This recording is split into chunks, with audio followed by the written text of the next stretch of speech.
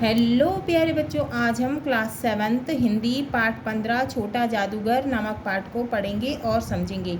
आइए सीखें। माता पिता की सेवा और समर्पण की भावना का विकास, विशेषण एवं प्रकार, पंचमाक्षर तथा अनुस्वार का प्रयोग। कार्निवाल के मैदान में बिजली जगमगा रही थी। मैं खड़ा था फव्वारे के पास, जहाँ एक लड़का चुपचाप शरबत पीने वालों को देख रहा था। उसके गले में फटे कुर्ते के ऊपर से एक मोटी सी सूत की रस्सी पड़ी थी और जेब में कुछ ताश के पत्ते थे। उसके मुख पर गंभीर विषाद, विषाद का अर्थ है दुख या पीड़ा, तो उसके मुख पर गंभीर दुख के साथ धैर्य की रेखाएं भी, धीरज की रेखाएं थीं। मैं उसकी ओर न जाने क्यों आकर्षित हुआ। मैंने उससे पूछा, क्यों जी, तुमने इसमें क्या देखा? मैंने सब देखा है। यहाँ चूड़ी फेंकते हैं, खिलौने पर निशाना लगाते हैं। मुझे तो खिलौने पर निशाना लगाना अच्छा मालूम हुआ। जादूगर तो बिल्कुल निकम्मा है। उससे अच्छा तो ताश का खेल मैं दिखा सकता हूँ। कौन बोल रहा था? छोटा सा लड़का। उसने बड़ी प्रगल्भता से कहा।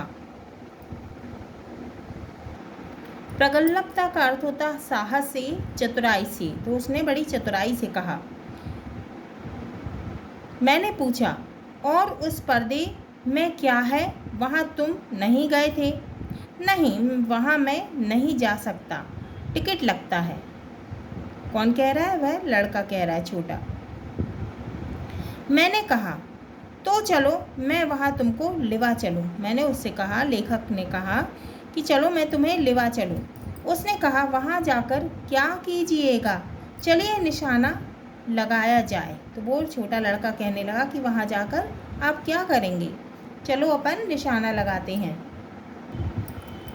मैंने उससे सहमत होकर कहा, तो फिर चलो पहले शरबत पी लिया जाए। तो मैंने उससे कहा कि चलो अपन पहले शरबत पी लेते हैं। हम दोनों शरबत पीकर निशाना लगाने चले। राह में ही उसने पूछा, तुम्हारी और कौन कौन है? माँ और बाबूजी।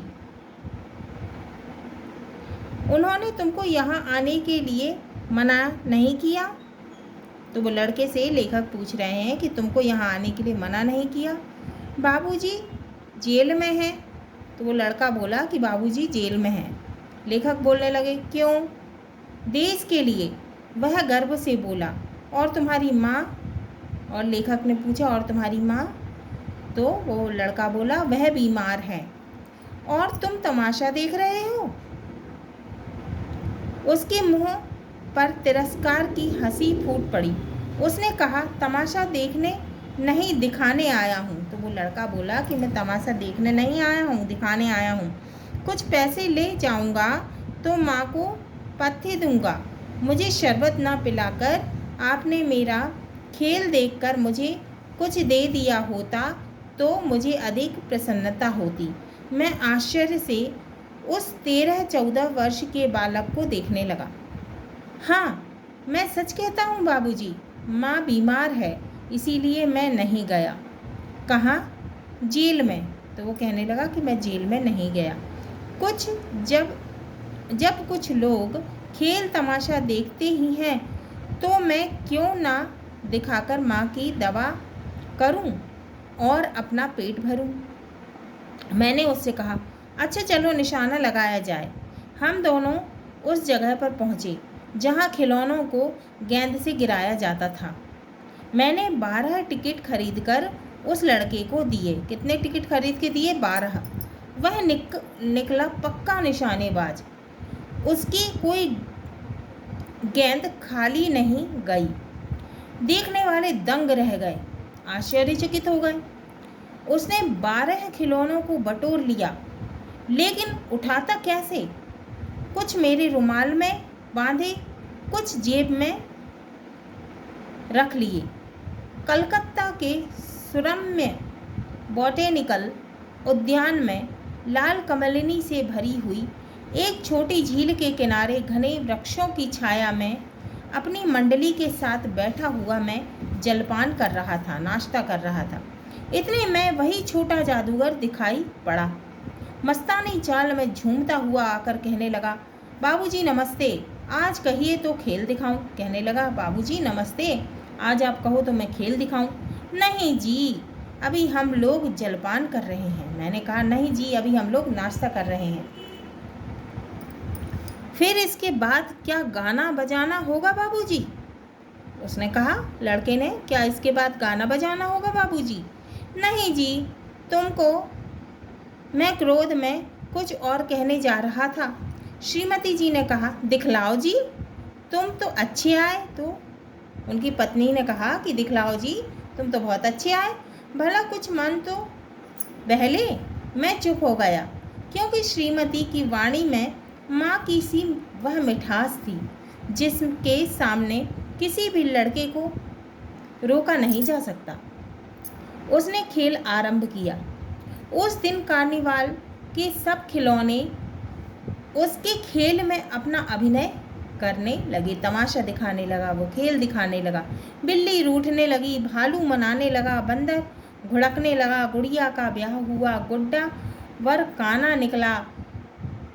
लड़के की वाचालता से ही अभिनय हो रहा था। सब हंसते हंसते लोटपोट हो गए। ताश के पत्ते लाल हो गए, फिर सब काले हो गए। गले की सूत की डोरी टुकड़े टुकड़े होकर फिर जुड़ गई। लट्टू अपने आप नाच रहे थे। मैंने कहा, अब हो चुका, अपना खेल बटोर लो, हम लोग भी अब जाएंगे। तो मैंने कहा कि भैया बस अब बहुत हो गया, अब तुम अपना सामान रख लो, अब हम जाएंगे। श्रीमती जी ने धीरे से 1 रुपया दे दिया। वह उछल पड़ा। मैंने कहा, लड़के, छोटा जादूगर कहिए, यह मेरा नाम है। तो लड़का बोला कि मुझे छोटा जादूगर कहो, यह मेरा नाम है, इसी से मेरी जीविका है। मैं कुछ बोलना ही चाहता था कि श्रीमती जी ने कहा, अच्छा तुम इस रुपए से क्या करोगे? तो पत्नी ने, लेखक की पत्नी ने कहा उस लड़के से कि तुम इससे क्या करोगे? पहले भरपेट पकौड़ी खाऊंगा। तो वो कहने लगा कि पहले मैं पकौड़ी खाऊंगा, फिर एक सूती चादर लूँगा, फिर एक चादर लूँगा। मेरा क्रोध अब लौट आया। मैं अपने आप पर बहुत क्रोधित होकर सोचने लगा, ओह कितना स्वार्थी हूँ मैं। उसके 1 रुपया पाने पर मैं ईर्ष्या करने लगा था ना। वह नमस्कार करके चला गया। हम लोग कुंज देखने के लिए चले। रह रहकर छोटे जादूगर का संस्मरण होता था। एक दिन सचमुच वह झोपड़ी के पास चादर कंधे पर डाले खड़ा था। मैंने मोटर रोककर उससे पूछा, तुम यहाँ कहाँ?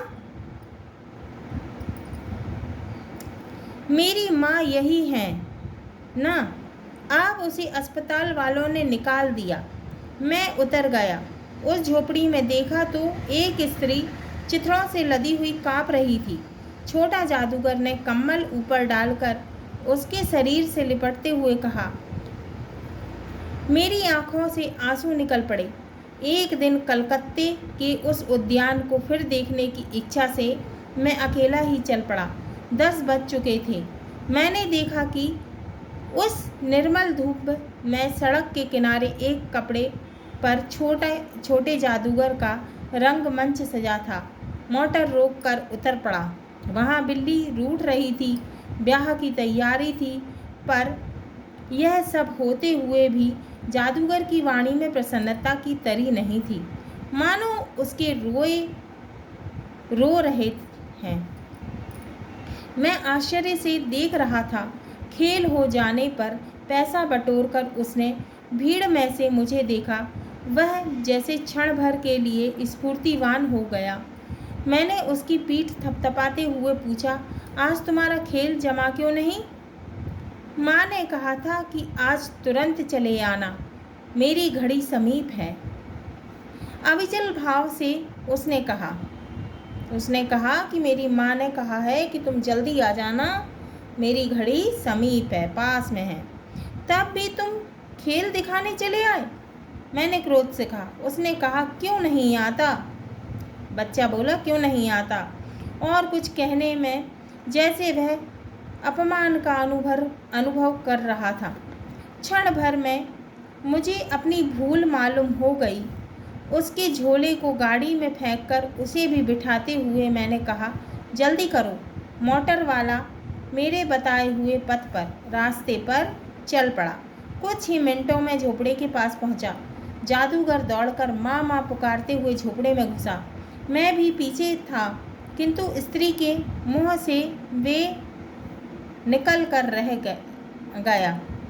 उसके दुर्बल हाथ उठकर रह गए। जादूगर उससे लिपट कर रो रहा था। मैं स्तब्ध रह गया, मतलब खड़ा का खड़ा ही रह गया। उस उज्जवल धूप में समग्र संसार जैसे जादू सा मेरे चारों ओर नृत्य करने लगा। अब ये कहानी किसने लिखी है? जयशंकर प्रसाद ने। जयशंकर प्रसाद हिंदी साहित्य के क्षेत्र में मील के पत्थर हैं। प्रसाद जी ने कामायनी महाकाव्य की रचना की। उन्होंने अनेक कहानी, ऐतिहासिक नाटक, उपन्यास लिखे हैं, जिसमें चंद्रगुप्त, कंकाल एवं तितली उपन्यास इनकी प्रमुख रचनाएं हैं। इस कहानी का सारांश है, छोटा जादूगर कहानी के माध्यम से कहानीकार श्री जयशंकर प्रसाद ने बच्चों में माता पिता की सेवा और समर्पण की भावना को विकसित करने का प्रयास किया है। यह कहानी एक छोटे से लड़के की है जिसे दर्शक छोटा जादूगर कहा करते थे, जिसमें उसने माँ के प्रति अगाध प्रेम का चित्रण किया है कि किस प्रकार वह अपनी बीमार माँ के लिए परहेजी भोजन ले जाने के लिए तमाशा दिखाने को आया है, किंतु उसका मन तो बीमार माँ में ही था, तमाशा दिखाने में नहीं। वह जल्दी ही खेल खत्म कर घर पहुँचा तो उसकी माँ अंतिम सांसें ले रही थी और वह छोटा जादूगर उससे चिपककर रो रहा था। वह सारा दृश्य उस उज्जवल धूप में समग्र संसार जैसे जादू सा चारों ओर नृत्य करने लगा। हाँ तो प्यारे बच्चों, ये हमारा पाठ 15 छोटा जादूगर पूर्ण हुआ। अगले वीडियो में हम इसके प्रश्नों के उत्तर को हल करेंगे।